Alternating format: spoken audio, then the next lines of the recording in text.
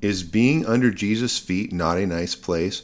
This was a recent comment at this channel, and I suppose if you assume Christ is a tyrant, maybe it wouldn't be a great place to be. But I don't think Christ is a tyrant. I don't know why any Christian would think that. I've run into this objection so many times, so I'm going to highlight the meaning of this passage in 1 Corinthians 15 so there is no shadow of doubt in your mind what it means. The passage itself tells us what it means.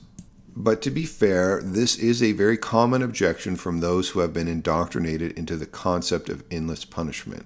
And I want to clarify things for them because, all of us have come from that place. The problem is, once you've been indoctrinated into that concept of endless punishment, you will always tend to assume the worst of God. Even in a passage like this, where it should be abundantly obvious, this is a very good thing. I have demonstrated over and over at this channel that endless punishment exists nowhere in the Bible. The Greek adjective aionios doesn't mean endless.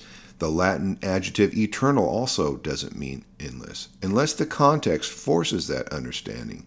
So let's get to the passage. Paul said, "For he, Christ, must reign until he has put all his enemies under his feet."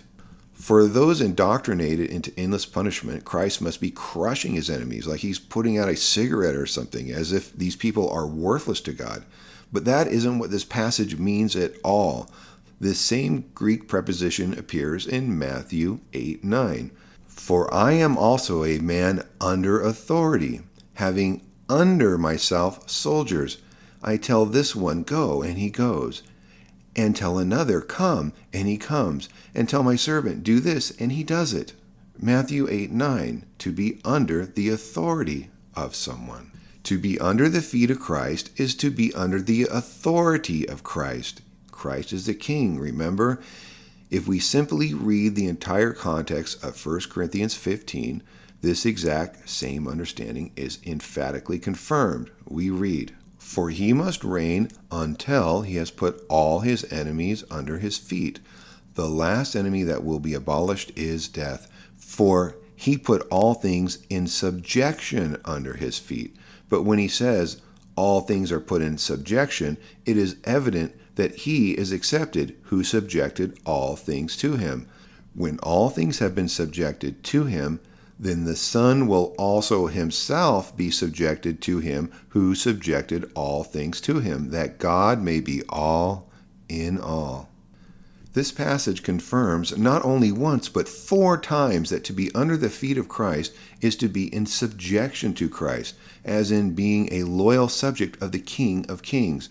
In the end, Christ himself hands the reign of the kingdom back to the Father.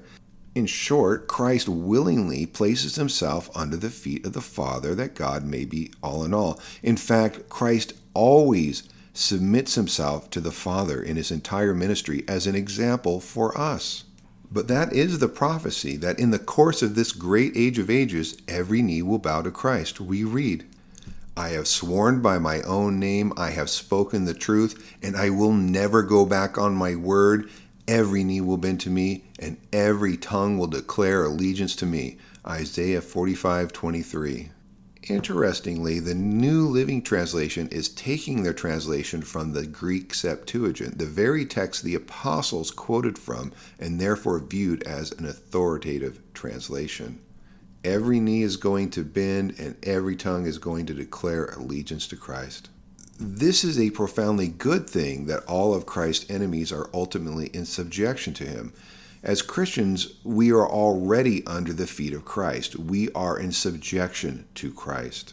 So the next time one of those skeptics of universal restoration say that to be under the feet of Christ is not a nice thing, send them to this video. I have highlighted all those phrases in this passage so they are obvious. Hopefully the next time you read this chapter of the Bible, they will again jump out at you, and you will remember that this is a profoundly hopeful message. It means in the end, every knee will bow and every tongue will declare allegiance to Christ. God bless you, and thank you for listening.